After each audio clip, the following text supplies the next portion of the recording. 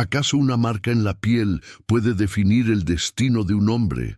Para Mateo Reyes, la respuesta parecía grabada a fuego sobre su espalda, un recordatorio diario y cruel de que él había nacido para vivir entre las sombras. Bajo el sol abrasador de Cancún, que convertía el agua de la alberca del lujoso resort en un espejo de azul turquesa, él se movía como un fantasma. Sus hombros, anchos y fuertes por el trabajo pesado, vivían encorvados hacia adelante, como si intentaran esconder del mundo la pesada carga que llevaba, una carga que lo obligaba a usar una camisa de manga larga, aun cuando el sudor le corría por el rostro y el calor parecía derretir la poca dignidad que le quedaba. Aquello que él llamaba su tatuaje feo no era arte. Era una prisión de tinta y piel, un mapa de cicatrices que lo avergonzaba profundamente y cuyo origen se había perdido en las brumas de una infancia interrumpida por la tragedia. Su único objetivo, cada nuevo amanecer, era simple y desesperado: ser invisible, del otro lado de la alberca. Y antes de contarles qué sucedía justo ahí, díganme ustedes, ¿desde qué ciudad y a qué hora están conectadas conmigo en esta historia? En el epicentro de aquel universo de privilegios reinaba Ricardo Montenegro. Para él, hombres como Mateo no es que fueran invisibles, es que simplemente no existían como personas. Eran parte del mobiliario, autómatas cuya única función era asegurar que su vaso estuviera siempre lleno y que el sol golpeara en el ángulo perfecto sobre su cuerpo esculpido. Sus ojos pasaban sobre Mateo sin verlo jamás de verdad. Pero no muy lejos, sentado bajo la sombra de una sombrilla, otro par de ojos lo veía todo. El doctor Alejandro Vargas, un historiador jubilado, observaba aquella danza social con la precisión de un científico. Veía la crueldad casual de Ricardo, veía la forma en que Mateo se encogía, el modo en que protegía su espalda del mundo, y sentía que, en ese paraíso artificial, había una historia verdadera que gritaba por ser escuchada. El destino, sin embargo, es una corriente poderosa que no pide permiso para arrastrar a los hombres a sus profundidades. Sucedió en un instante, en ese parpadeo en que el universo parece conspirar. Mateo, concentrado en recoger unas toallas olvidadas al borde de la alberca, no vio al amigo de Ricardo que, tropezando torpemente tras una broma, se precipitó hacia él. El empujón no fue intencional, pero sí brutalmente efectivo. Mateo perdió el equilibrio, sus manos soltaron las toallas que volaron como pájaros blancos y su cuerpo se estrelló contra la superficie del agua. El shock fue doble. Primero, el frío inesperado que le robó el aliento y lo hundió en un mundo azul y silencioso.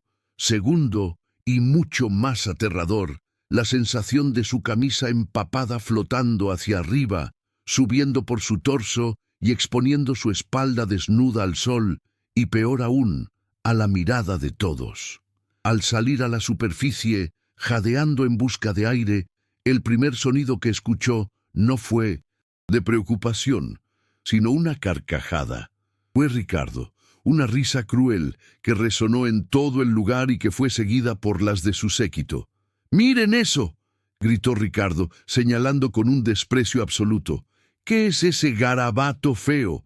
Parece el mapa de la basura». La humillación fue total, un ácido que le quemó por dentro. Cada palabra era un latigazo, y cada risa una piedra lanzada contra su alma ya herida.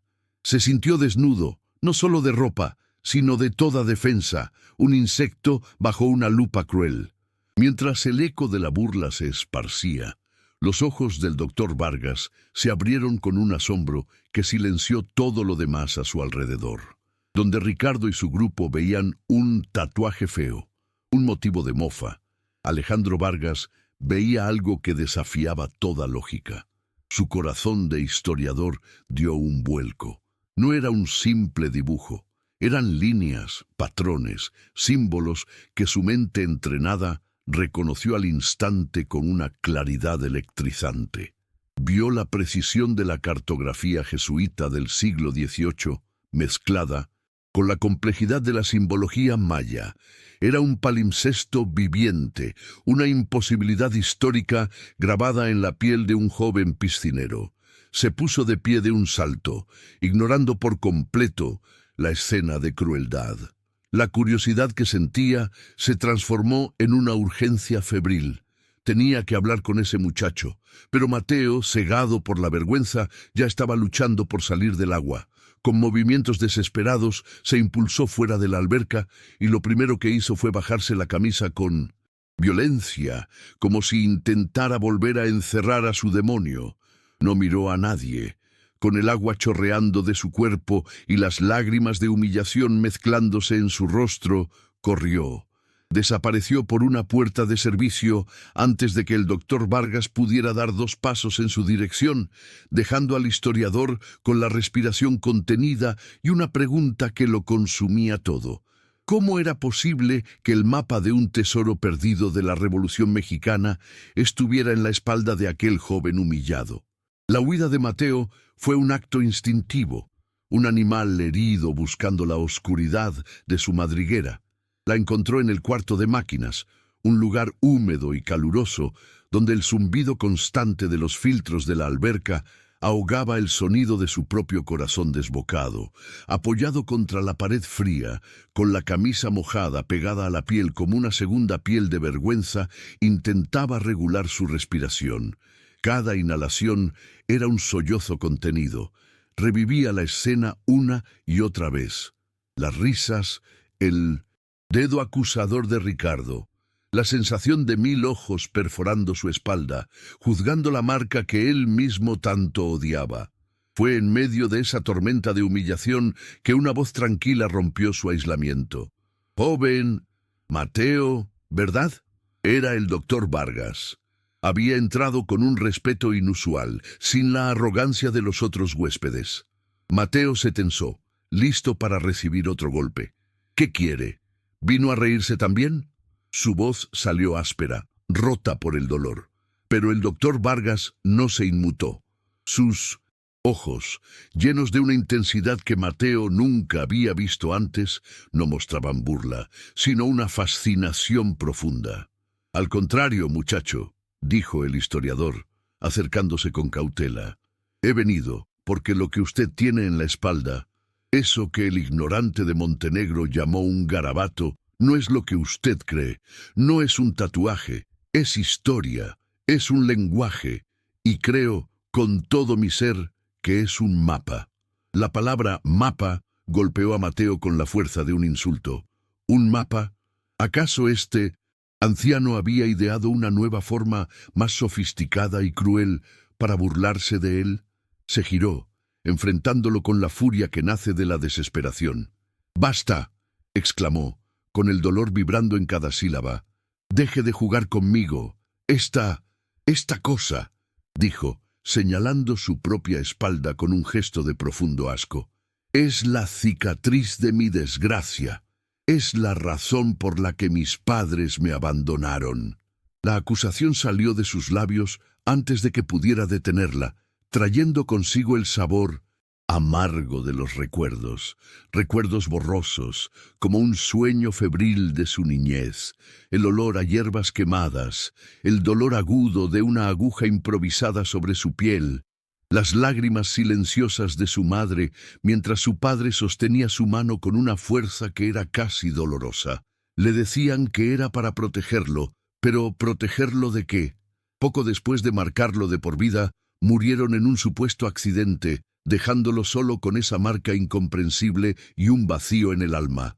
Para Mateo, ese mapa no señalaba a ningún tesoro, señalaba directamente al día en que su vida se rompió para siempre. No era una herencia, era una maldición que llevaba grabada a fuego. El doctor Vargas no retrocedió ante la explosión de dolor de Mateo. Al contrario, su mirada se suavizó con una compasión que desarmó por completo al muchacho. «Entiendo tu dolor, más de lo que imaginas», dijo el anciano.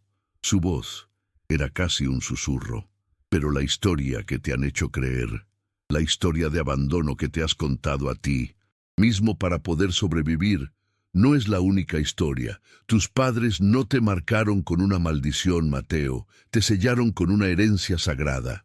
El dolor que recuerdas no era el de la crueldad, sino el de la desesperación de unos padres que intentaban salvar la única cosa de valor que poseían, su hijo y su legado.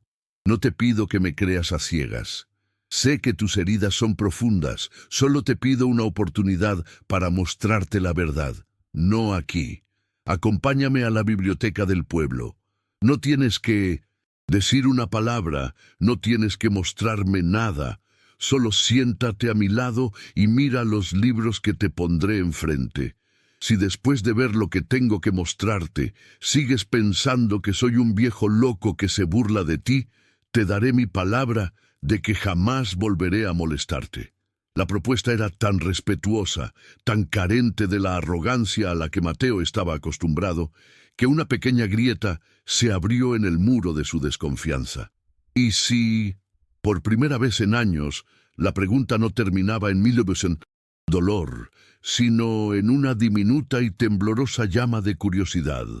Esa misma tarde, sentados en una mesa apartada de la biblioteca municipal, el mundo de Mateo comenzó a resquebrajarse. El doctor Vargas, con la delicadeza de un arqueólogo desenterrando una reliquia, abrió varios libros antiguos. El aire se llenó con el aroma a papel viejo y a secretos guardados. Sobre las páginas amarillentas, Mateo vio los dibujos. Eran mapas jesuitas, códices mayas, diagramas de constelaciones estelares. Y entonces, su corazón se detuvo. El doctor Vargas señaló un glifo en uno de los libros. Observa esto. Es el símbolo maya para un cenote sagrado, la entrada al inframundo. Mateo no necesitaba mirar de cerca. Conocía esa forma. Era la espiral exacta que tenía tatuada sobre su costilla izquierda. Vio otro símbolo, una línea quebrada que representaba la mandíbula de la serpiente, y la reconoció como la marca que cruzaba su omóplato. Uno a uno, los fragmentos de su vergüenza aparecían ante él como piezas de un rompecabezas sagrado. Fue entonces cuando Vargas le contó la leyenda, la del general Emiliano Cepeda, un héroe de la revolución que, traicionado, escondió una inmensa fortuna en oro y artefactos para financiar la verdadera causa del pueblo. Se decía que el mapa para encontrarlo no se confió al papel, sino que fue dividido y oculto de una forma que nadie pudiera robar. Al escuchar la historia, Mateo se tocó la espalda, pero por primera vez en su vida no lo hizo con odio, sino con un asombro reverencial que le erizó la piel. Mientras una frágil alianza se forjaba entre Mateo y el doctor Vargas sobre libros polvorientos, la arrogancia de Ricardo Montenegro comenzaba a fermentar, convirtiéndose en una peligrosa obsesión. Para un hombre como Ricardo, el mundo era un escenario, y él era el único actor principal. Los demás eran simples extras. La humillación del piscinero debería haber sido un fugaz momento de diversión, pero el inexplicable interés que aquel viejo historiador había mostrado en el muchacho le había dejado un mal sabor de boca. Era como si alguien estuviera leyendo una página de su guión sin su permiso. Desde el balcón de su suite de lujo, con un vaso de whisky en la mano, hizo una llamada. Su voz era seda y acero. Quiero que vigilen al muchacho de la alberca, Mateo Reyes, y al huésped viejo con el que habla, un tal Vargas. Quiero saber a dónde van, qué hacen, qué respiran. No me gustan los secretos en mi propio territorio. Para Ricardo, todo Cancún era su territorio. Su familia, los Montenegro, no había amasado su fortuna y poder siendo descuidados. Habían aplastado a sus rivales y devorado tierras durante generaciones. Unas horas más tarde recibió el informe. El piscinero y el historiador habían pasado la tarde juntos en la biblioteca del pueblo, inclinados sobre mapas antiguos. La curiosidad de Ricardo se transformó en una fría sospecha. Ya no se trataba de una broma, se trataba de algo más, algo que olía a dinero, a poder, y él no iba a permitir que un viejo y un don nadie le arrebataran lo que fuera que estuvieran buscando en sus dominios. En un pequeño café, lejos de las miradas curiosas del resort, la magnitud de su descubrimiento cayó sobre Mateo y Vargas como una pesada loza. El glifo que Mateo llevaba en la costilla, la espiral que tanto había odiado, no solo correspondía a un cenote sagrado, sino que los mapas antiguos indicaban su ubicación con una precisión asombrosa. Era la primera parada en su viaje, el punto de partida que sus padres le habían legado. Un torbellino de emociones sacudía a Mateo. El miedo se mezclaba con una extraña euforia. La esperanza luchaba contra una vida entera de resignación. Por primera vez veía la marca en su piel no como una cicatriz, sino como una promesa. Pero fue entonces cuando el doctor Vargas, siguiendo con su dedo una línea de propiedad en un mapa catastral moderno, palideció. «Mateo», dijo en voz baja, «tenemos un problema muy grande. El terreno donde se encuentra ese cenote ha estado en manos de la misma familia por más de 100 años. Pertenece a los Montenegro». La revelación fue como un golpe en el estómago para Mateo. El universo tenía un sentido del humor cruel y retorcido. La llave para desvelar el secreto de sus padres, para entender su propia vida, se encontraba en la propiedad del hombre que lo había humillado, del hombre que representaba todo lo que él despreciaba en el mundo. No había otra opción. No podían pedir permiso. Tenían que entrar en la boca del lobo, y tendrían que hacerlo en el silencio y la complicidad de la noche.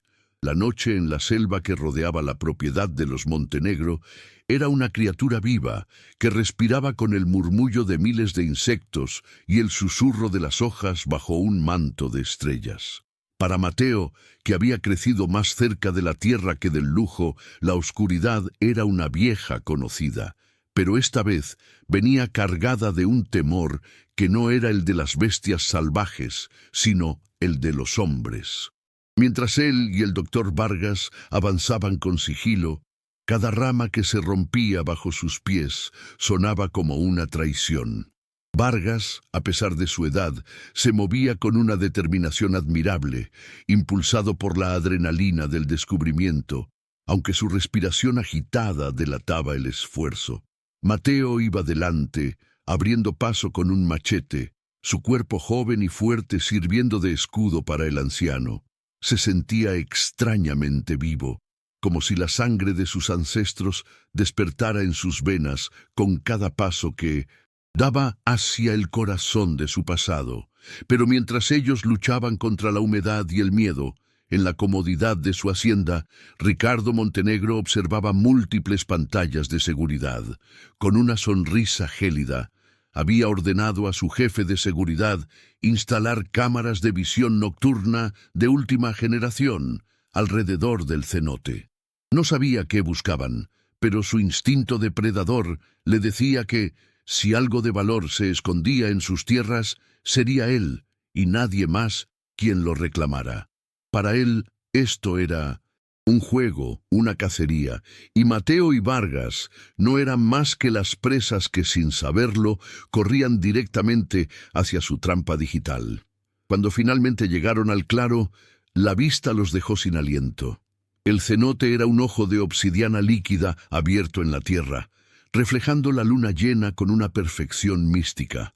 El aire era más fresco allí, cargado con el aroma de la tierra húmeda y las flores nocturnas. Al borde del agua, una sensación abrumadora se apoderó de Mateo, un déjà vu tan intenso que lo hizo tambalearse. No era una imagen clara, sino un eco sensorial. La sensación de unas manos pequeñas siendo sostenidas por otras más grandes y callosas, el murmullo de una nana en una lengua que no podía nombrar, el olor a copal. Era el fantasma de un recuerdo, la memoria de su propia sangre llamándolo desde las profundidades. «Aquí es», susurró. más para sí mismo que para Vargas. Siguiendo las instrucciones del historiador, se quitó la camisa, exponiendo su espalda a la luz de la luna, y se deslizó en el agua fría. El shock inicial dio paso a una extraña sensación de pertenencia. Buceó, siguiendo la curvatura de la pared de roca, hasta que sus dedos encontraron lo que buscaban: un relieve, una talla en la piedra. Subió a la superficie, tomando una gran bocanada de aire, y guió la mano temblorosa de Vargas bajo el agua. Al tocar el glifo, el anciano soltó una exclamación ahogada. Coincidía a la perfección con la marca central en la espalda de Mateo. En ese momento de triunfo puro, ninguno de los dos notó un diminuto punto rojo, casi invisible entre la vegetación, que parpadeaba silenciosamente, capturando su descubrimiento y sellando su destino. El camino de regreso a través de la selva fue muy diferente. El silencio ya no estaba cargado de miedo a lo desconocido, sino de la abrumadora certeza de lo que habían encontrado. Mateo caminaba con una nueva postura. Su espalda, aunque todavía cubierta, se sentía recta por primera vez en su vida. Ya no era el peso de la vergüenza lo que cargaba, sino el de un legado. Cada paso resonaba con las palabras del doctor Vargas, que flotaban entre ellos en el aire húmedo de la noche. Esto se ha convertido en una carrera, Mateo. La palabra carrera se instaló en su mente. Ya no se trataba de un viaje personal para entender su pasado. Se habían convertido en fugitivos de su propia historia, perseguidos por un hombre que tenía el poder de aplastarlos sin siquiera pestañear. Pero junto al miedo, una emoción nueva y feroz ardía en su pecho: el propósito. Toda su vida se había sentido como una hoja llevada por el viento, sin dirección ni voluntad. Ahora era el guardián de un secreto, el último eslabón de una cadena de sacrificios que se remontaba a generaciones. La historia que llevaba en la piel no era suya para odiarla, sino para honrarla. «No le fallaré», le dijo a Vargas cuando llegaron a un lugar seguro, y la determinación en su voz sorprendió incluso a sí mismo. «A mis padres no les fallaré». El doctor Vargas lo miró, y en la oscuridad vio el rostro de un muchacho transformarse en el de un hombre que había encontrado, por fin, una razón para luchar.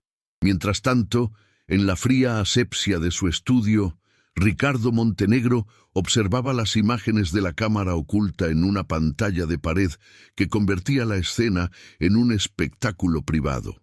No sentía emoción por el descubrimiento, sino una furia helada. La audacia de aquellos dos, el piscinero insignificante y el viejo entrometido, profanando su tierra, desenterrando un secreto que por derecho de propiedad le pertenecía. La imagen ampliada de la espalda de Mateo, con sus líneas y símbolos complejos, llenaba la pantalla. Era grotesco, primitivo, pero la reacción del historiador no dejaba lugar a dudas. Aquello era valioso. Con un movimiento rápido tomó su teléfono. «Reúne a los mejores», ordenó a su contacto, su voz sin un ápice de emoción. «Quiero un cartógrafo, un experto en simbología prehispánica y un historiador de la Revolución. Los quiero aquí en mi hacienda, al amanecer. Dales un cheque en blanco. Su única tarea es descifrar esto». Envió la grabación con un solo toque. Para Ricardo, el mapa en la piel de Mateo no era una reliquia sagrada, era un activo, un recurso que debía ser explotado.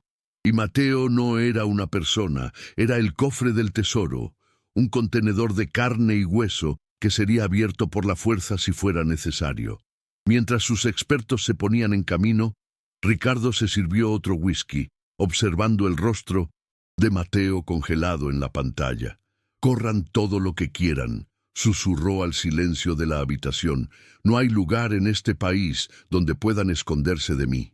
La noche siguiente no trajo descanso para Mateo, aunque su cuerpo, agotado por la tensión y el esfuerzo físico, anhelaba el olvido del sueño. Su mente era un torbellino. Se sentía atrapado entre dos mundos, el del muchacho humilde que solo quería pasar desapercibido y el del heredero de un secreto monumental que ahora lo ponía en la mira de un hombre poderoso y despiadado.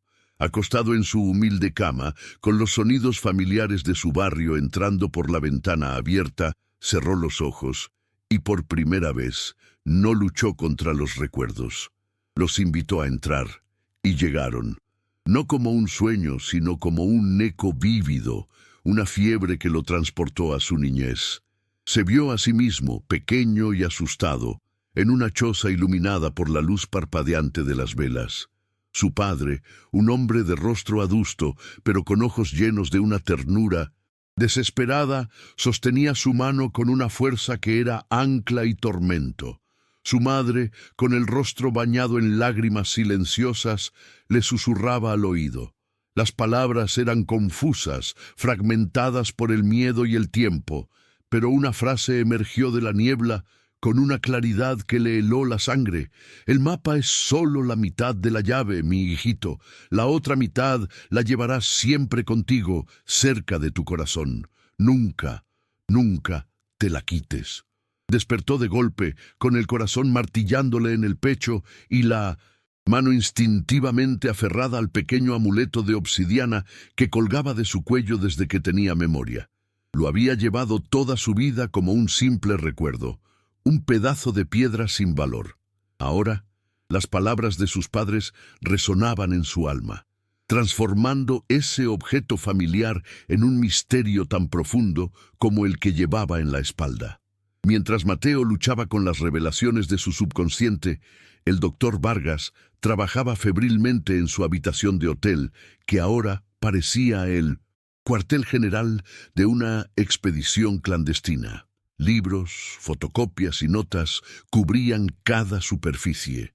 Sabía que Ricardo Montenegro no se quedaría de brazos cruzados. La discreción había terminado. Ahora comenzaba la batalla de ingenio. Vargas estaba convencido de que el mapa no era un simple plano geográfico. Los jesuitas y los mayas, dos culturas obsesionadas con la astronomía, no crearían algo tan simple. Debía haber otra capa de información, algo que solo un iniciado podría entender. Usando un programa de software astronómico, superpuso un mapa estelar sobre las fotografías que le había tomado a la espalda de Mateo. Movió las constelaciones, ajustó las fechas, buscando una alineación que tuviera sentido, y entonces la encontró. Una constelación específica, la del jaguar para los mayas, solo se alinearía perfectamente con ciertos puntos del mapa durante una noche al año. El equinoccio de otoño, que se acercaba peligrosamente en menos de una semana. Esta alineación revelaría la siguiente ubicación. El corazón del anciano se aceleró. No era solo un dónde, sino también un cuándo. La revelación era un triunfo, pero también una sentencia. El tiempo se les agotaba de una forma que no habían previsto. Debían moverse, y rápido, hacia las ruinas mayas, menos conocidas que la alineación señalaba, esperando, rezando, para que la arrogancia de Ricardo lo mantuviera buscando un simple tesoro en un mapa, mientras ellos perseguían los secretos del cosmos grabados en la piel de un muchacho. Impulsados por la urgencia del tiempo, Mateo y el doctor Vargas se dirigieron hacia las ruinas que la alineación estelar les había revelado. Chactún, un sitio menos conocido, devorado en parte por la selva y olvidado por las hordas de turistas. El viaje fue tenso, cargado de un presentimiento ominoso que ni la belleza salvaje del paisaje podía disipar. Al llegar, un silencio antinatural los recibió. No había el canto de los pájaros, ni el zumbido de los insectos, solo el peso de la historia y de una trampa a punto de cerrarse. Dieron apenas unos pasos en la plaza principal, rodeada de pirámides cubiertas de musgo, cuando de las sombras de las estructuras antiguas emergieron figuras. No eran los matones vulgares que esperaban, sino hombres vestidos con uniformes de seguridad profesionales, armados y moviéndose con una eficiencia escalofriante. Los rodearon en un círculo perfecto, sin decir una palabra, bloqueando toda posible escapatoria. El corazón de Mateo se hundió. Entonces, desde lo alto de la escalinata de un templo, una figura solitaria aplaudió lentamente. Era Ricardo Montenegro. Su ropa de diseñador contrastaba absurdamente con el entorno milenario, y en su rostro no había ira, sino la sonrisa satisfecha de un cazador que admira a su presa atrapada. ¿De verdad creyeron que podían jugar en mi patio trasero sin que yo me diera cuenta?, dijo, su voz resonando con una calma despiadada. Felicidades. Han hecho todo el trabajo difícil por mí. Siguieron las estrellas y me trajeron directamente al siguiente punto en el mapa. Les estoy muy agradecido. La revelación de Ricardo cayó sobre ellos con la fuerza de una sentencia. No habían estado en una carrera. Habían sido los perros de caza de Montenegro, olfateando el rastro para que él solo tuviera que recoger el premio. Dos de los guardias sujetaron a Mateo por los brazos con una fuerza brutal, inmovilizándolo. Mi familia ha buscado el tesoro del general Cepeda por generaciones. Continuó Ricardo, descendiendo las escalinatas con la elegancia de un depredador. Poseemos su diario personal, que describe la fortuna con un detalle exquisito, pero el traidor se llevó el secreto de su ubicación a la tumba. O eso creíamos. Se detuvo frente a Mateo, sus ojos recorriendo al joven con una mezcla de desprecio y codicia, hasta que un piscinero analfabeto apareció con el mapa vivo pegado a la espalda. La ironía es deliciosa. A una señal suya, los guardias le arrancaron la camisa a Mateo, exponiendo su espalda a la luz del atardecer. Otro hombre se acercó con un equipo fotográfico profesional y potentes luces portátiles. La humillación fue 1000 veces peor que en la alberca. No era la burla de un grupo de ricos ociosos. Era una violación helada, metódica. Cada flash de la cámara era como una aguja de hielo en su piel. Cada clic, el sonido de su herencia siendo robada. Se sentía como un animal de laboratorio, un objeto, su alma tan desnuda y expuesta como su piel bajo la mirada fría y calculadora de su enemigo, mientras las luces del flash despojaban a Mateo de su último vestigio de dignidad. El doctor Vargas, aunque paralizado por la impotencia, no dejó que el miedo nublara su mente analítica. Sus ojos no veían a los matones ni al arrogante Ricardo. Estaban fijos en el mapa viviente, iluminado con una claridad sin precedentes. Fue entonces cuando notó algo que se le había escapado en las fotografías y en la penumbra de la noche.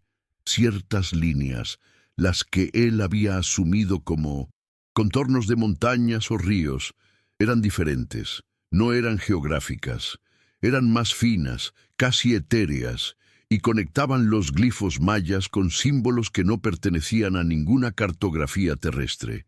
Eran patrones de estrellas, dibujos de constelaciones completas.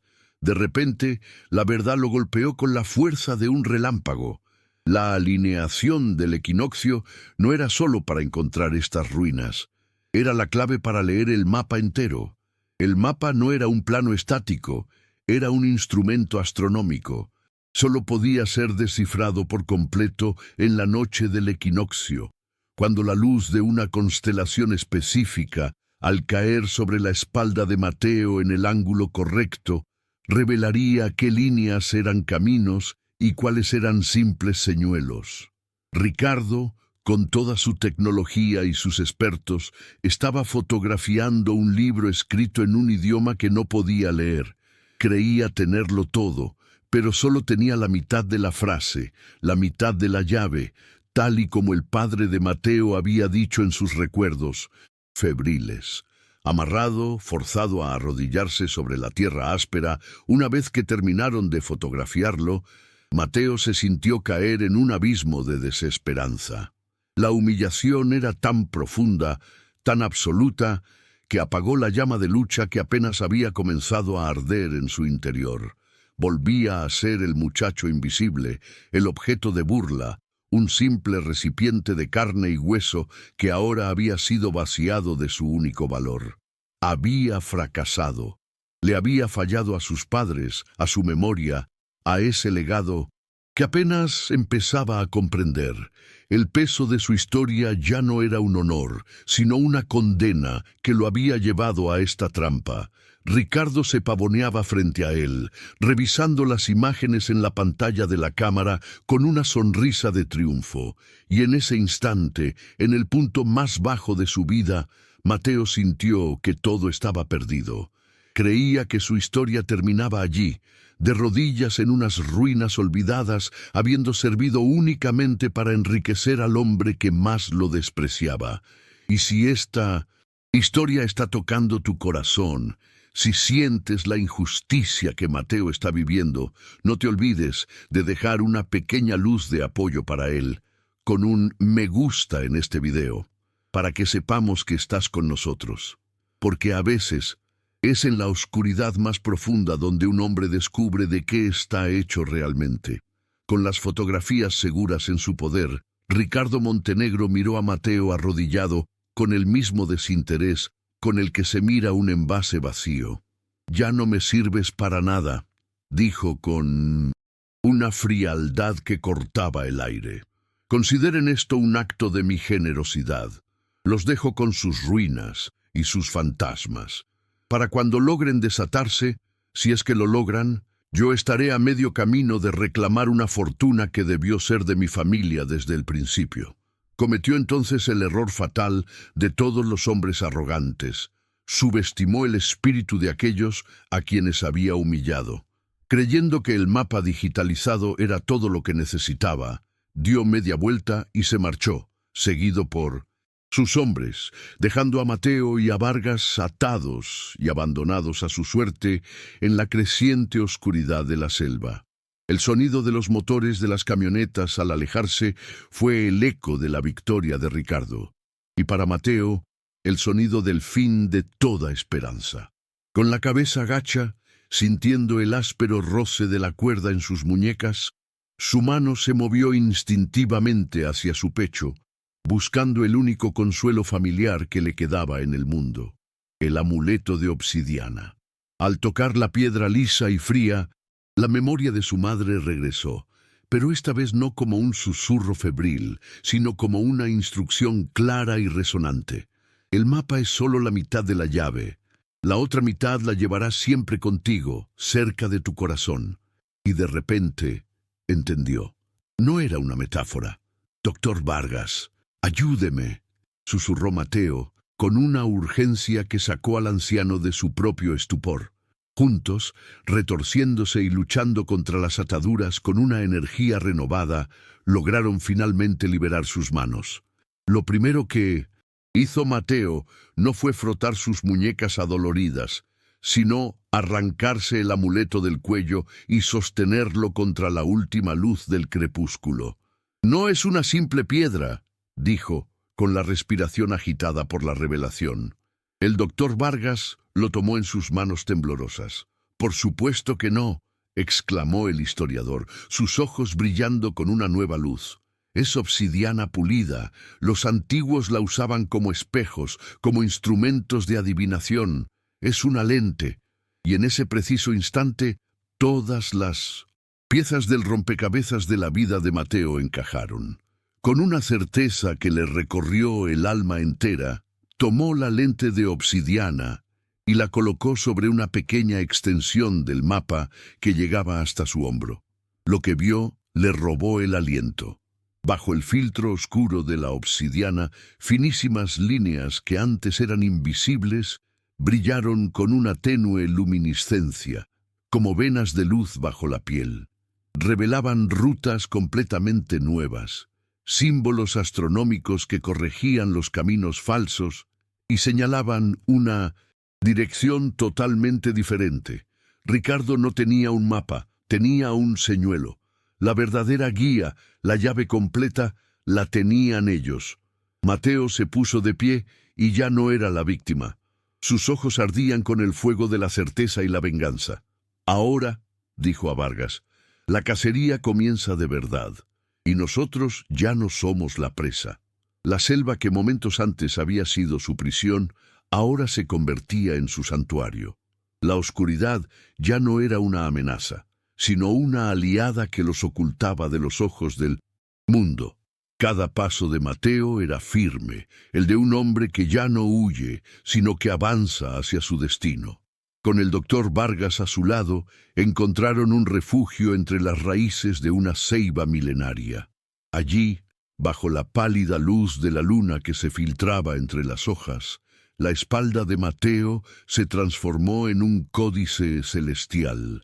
El anciano sostenía la lente de obsidiana con manos temblorosas de emoción, mientras Mateo le describía las nuevas rutas que sólo él podía ver brillar sobre su piel. Verdadero camino no se adentraba más en la península como Ricardo creía, sino que daba un giro drástico hacia el este, hacia la costa, hacia un punto específico marcado con el símbolo de una tortuga marina emergiendo del agua. Era una caverna costera, un lugar que no figuraba en ningún mapa moderno. Su plan se forjó en susurros urgentes, un pacto sellado por la urgencia del amanecer que se aproximaba. Sabían que Ricardo tenía expertos y recursos ilimitados. Era solo cuestión de tiempo antes de que descubrieran que seguían un rastro falso. No tenían horas, quizás solo minutos de ventaja. Tenían que moverse ya, confiando únicamente en la sabiduría de sus ancestros y en la fuerza que acababan de descubrir. Las siguientes horas fueron una prueba de fuego para su recién forjada alianza. Gastaron el poco dinero que tenían en un viaje en un autobús destartalado que los dejó en un polvoriento pueblo de pescadores, aún a varios kilómetros de su objetivo. El resto del camino tuvieron que hacerlo a pie, siguiendo la escarpada línea costera. Fue un viaje arduo que puso a prueba sus límites, donde la mente astuta de Vargas descifraba un pasaje difícil, interpretando la topografía que el mapa revelaba. La fuerza de Mateo abría el camino, sus manos acostumbradas al trabajo duro, ahora sirviendo a un propósito sagrado. Compartieron la última botella de agua, el último trozo de pan y un silencio cargado de respeto mutuo. Vargas veía con orgullo paternal cómo el muchacho inseguro se transformaba ante sus ojos en un líder nato, conectado con la tierra de una forma que ningún libro podría enseñar. Finalmente, al caer la tarde, llegaron. El lugar era una pequeña ensenada escondida entre acantilados imponentes, pero la entrada a la cueva no estaba a la vista. El mapa, bajo la lente, tenía un último secreto. Su guardián era el océano. La entrada solo se revelaba durante unas pocas y preciosas horas, cuando la marea bajaba lo suficiente para descubrir un pasaje oculto en la base del acantilado. Allí, de pie en la playa desierta, con el viento salado azotando sus rostros, esperaron, observando cómo el mar comenzaba a retirarse lentamente, como un telón que se abre para la escena final de una obra escrita en las estrellas. Cuando la última ola se retiró, reveló una boca oscura y húmeda en la base del acantilado, una entrada que parecía exhalar un aliento antiguo y salado. Era el momento. Con una pequeña linterna como única guía, se adentraron en las entrañas de la tierra. El pasaje era estrecho y resbaladizo, las paredes cubiertas de algas que brillaban extrañamente bajo la luz artificial. El aire era pesado, denso con el olor del océano y el silencio de los siglos. Cada goteo de agua que caía del techo de la caverna resonaba como el latido de un corazón oculto. La fuerza de Mateo se convirtió en el ancla que sostenía la sabiduría de Vargas. El joven avanzaba primero, probando cada pisada, ayudando al anciano a sortear los pozos de agua y las rocas afiladas. Mateo no sentía miedo. Sentía una profunda sensación de regreso a casa, como si sus pies reconocieran un camino que su mente había olvidado. Era un peregrinaje sagrado, y con cada paso hacia la oscuridad, sentía que se acercaba más a la luz de su propia verdad, honrando el sacrificio silencioso de sus padres, quienes debieron recorrer este mismo pasaje con el corazón encogido por el miedo, llevando a su pequeño hijo en brazos. Tras un pasaje que parecía interminable, la galería se abrió a una cámara abovedada tan grande y majestuosa que les robó el aliento. No era una simple gruta, sino una cámara funeraria tallada en la roca viva. Y allí, apilado en cofres de madera podrida, estaba el tesoro. El haz de la linterna danzó sobre montañas de monedas de oro, joyas precolombinas, cálices de plata y artefactos que brillaban con un fuego propio. Era una visión de riqueza tan vasta que desafiaba la imaginación, la fortuna legendaria del general Cepeda. Pero los ojos de Mateo no se detuvieron en el oro. Se posaron sobre un sarcófago de piedra en el centro de la cámara, y encima de él no había oro ni joyas, sino una caja de madera de cedro, simple pero perfectamente conservada por la salinidad del aire. Con una reverencia que no sabía que poseía, Mateo se acercó y levantó la pesada tapa. Dentro no había riquezas, sino algo infinitamente más valioso: legajos de documentos atados con cintas de cuero y cartas selladas con lacre. Mientras Mateo sostenía una de las cartas, sintiendo el peso de la historia en sus manos, Vargas, con la ayuda de sus lentes de lectura, desdobló el primer documento. Sus ojos se abrieron de par en par. «Dios mío», susurró, «es la prueba, Mateo. Aquí está todo.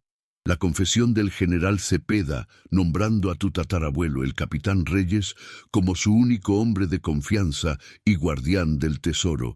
Y aquí está la traición. La prueba de que la familia Montenegro asesinó al general y reclamó sus tierras como propias. El triunfo fue tan efímero como la espuma de una ola al romperse en la orilla. En el preciso instante en que la verdad del pasado iluminaba sus almas, una sombra se proyectó en la entrada de la cueva, una silueta que borró la luz y les heló la sangre. Y entonces, la voz, la misma voz cargada de arrogancia y desprecio, pero ahora distorsionada por una furia que apenas podía contenerse. «¡Qué conmovedor!», dijo Ricardo Montenegro, entrando en la cámara, flanqueado por dos de sus hombres más corpulentos. «La reunión familiar a través de los siglos. Lástima que yo no fui invitado». Su ropa de marca estaba manchada de lodo y rasgada. Su cabello perfectamente peinado ahora era un desastre, y en sus ojos ardía el fuego de la humillación. «Mis expertos», continuó, su voz goteando veneno, «tardaron un poco, pero finalmente se dieron cuenta de su pequeño truco celestial, la astronomía, muy inteligente, pero no tan inteligente como el pequeño rastreador que puse en la mochila del viejo en las ruinas». Ricardo señaló con la cabeza la entrada de la cueva, y el sonido que escucharon fue más aterrador que cualquier amenaza, el rugido de las olas rompiendo más y más cerca. «La marea está subiendo. Este lugar será una tumba en menos de una hora. Así que entréguenme el oro y sobre todo esos papeles. Y quizás, solo quizás, les conceda una muerte rápida». La desesperación fue una ola helada que los golpeó con más fuerza que el propio océano. Todo estaba perdido. Era una crueldad del destino tan insondable que rayaba en lo absurdo. Habían encontrado la verdad solo para que ésta fuera enterrada con ellos para siempre, mientras el ladrón reescribía la historia a su antojo. Ricardo se deleitaba en su impotencia, viendo cómo la luz se extinguía en sus ojos. «Esos documentos», dijo, señalando la caja en las manos de Mateo, «son incluso más valiosos que el oro. Son el poder, la prueba de que la fortuna de mi familia es legítima. Con ellos borraré el nombre Reyes de la historia para siempre, como si nunca hubieran existido. Y fue esa amenaza, la de aniquilar no solo sus vidas, sino su memoria, lo que provocó algo dentro de Mateo.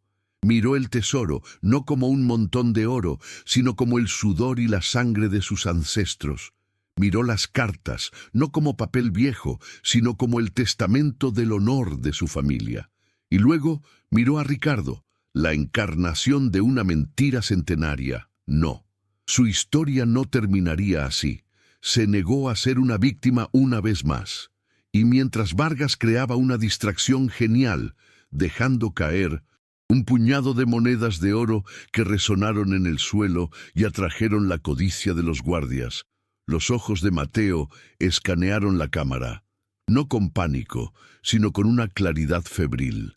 Recordó una frase en una de las cartas de su tatarabuelo, que describía un mecanismo de defensa en la tumba del general. Vio lo que Ricardo, cegado por su rabia y su codicia, no podía ver. No era una trampa, era una salvación. Mientras los guardias se agachaban instintivamente hacia el brillo del oro, Mateo actuó. No con la furia de un guerrero, sino con la precisión de un guardián que reclama su templo. Se lanzó hacia el tesoro, pero ignoró las monedas y las joyas. Sus manos buscaron y encontraron un antiguo artefacto maya, una cabeza de jaguar tallada en jade, cuyos ojos de obsidiana parecían contener la oscuridad de la noche. Con el corazón martillándole en el pecho, corrió hacia el sarcófago del general Cepeda. Recordaba las palabras exactas de la carta. En la boca del jaguar yace el aliento de la montaña. En el costado de la tumba de piedra encontró un hueco con la forma exacta del artefacto. Sin dudarlo, encajó la cabeza de jaguar en su lugar y la giró. Por un segundo, nada sucedió. Luego, un sonido profundo y gutural retumbó desde las entrañas de la roca, un quejido milenario de piedra moliendo contra piedra. Desde el techo, una compuerta de roca maciza, tan ancha como el pasaje de entrada, comenzó a descender. No caía, bajaba con una lentitud implacable y aterradora, sellando la única salida. El pánico estalló. Los guardias olvidaron el oro. Ricardo dejó de gritar amenazas. Todos miraban con horror cómo su única vía de escape se cerraba. «¡Agarra la caja!», le gritó Mateo a Vargas. Mientras el anciano aseguraba los documentos, Mateo lo tomó del brazo y lo arrastró hacia una grieta oscura detrás del sarcófago. Era la ruta de escape de los guardianes. El pasaje secundario era una prueba de fe, una chimenea estrecha y húmeda por la que tuvieron que trepar con desesperación. Detrás de ellos, los gritos de Ricardo y sus hombres se convertían en un eco de terror, mezclados con el estruendo de la compuerta de piedra al encajar finalmente en su lugar, sellando la tumba con una finalidad absoluta. El silencio que siguió fue más pesado que la propia roca. Siguieron subiendo, guiados por una tenue corriente de aire salado, hasta que finalmente salieron a una pequeña cornisa en el acantilado, muy por encima de la furiosa marea. Estaban a salvo, estaban libres, y mientras respiraban el aire fresco como si fuera la primera vez, el sonido de una sirena se acercó por el mar. La policía costera, alertada por la llamada disimulada que Vargas había logrado hacer horas antes, llegaba justo a tiempo.